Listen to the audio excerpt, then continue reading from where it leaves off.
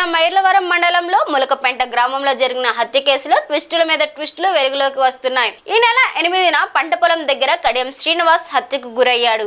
అనుమానాస్పద స్థితిలో మొక్కజొన్న తోటలో శ్రీనివాసరావు మృతదేహం గుర్తించి పోలీసులు దర్యాప్తు చేశారు.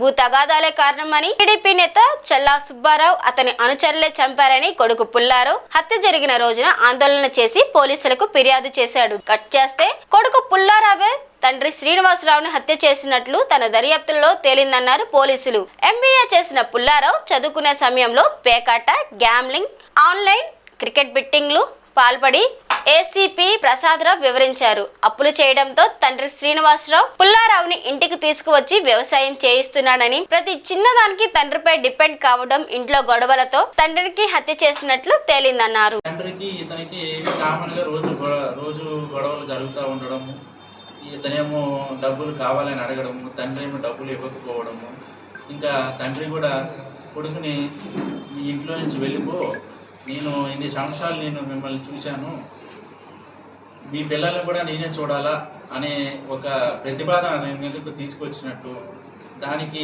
ఇతను బయటికి వెళ్ళిపోతే తనకి ఫైనాన్షియల్గా ఎక్కడ సపోర్ట్ ఉండదనే ఉద్దేశంతో ఒక పథకం ప్రకారం ఫస్ట్ తను హత్య చేస్తే తన మీదకి రాకుండా ఉండాలని, ఒక పక్కనే ఆల్రెడీ వాళ్ళకి డిస్ప్యూట్ ఉందని తెలిసి ఒక 2 రోజుల ముందు ఒక చిన్న ఇన్సిడెంట్ డిస్ప్యూట్ జరిగిందని తెలిసి ఈ రోజు అయితే బాగుంటుంది, అంటే 8వ తారీఖు అయితే బాగుంటుంది అనే ఒక ఉద్దేశంతో ఆ రోజు అతను తన తండ్రిని హత్య గావించడం జరిగింది. సో ఆ పథకం ప్రకారం ఏం చేశాడంటే కంప్లైంట్ కూడా సంబంధం లేని వ్యక్తుల మీద ఇవ్వడం కూడా జరిగింది. ఇచ్చిన తర్వాత కూడా తొందరగా ఇన్వెస్టిగేషన్ చేయాలి, మాకు అన్యాయం జరుగుతుంది అని ఒక రాస్తారోకో కూడా చేయడం జరిగింది.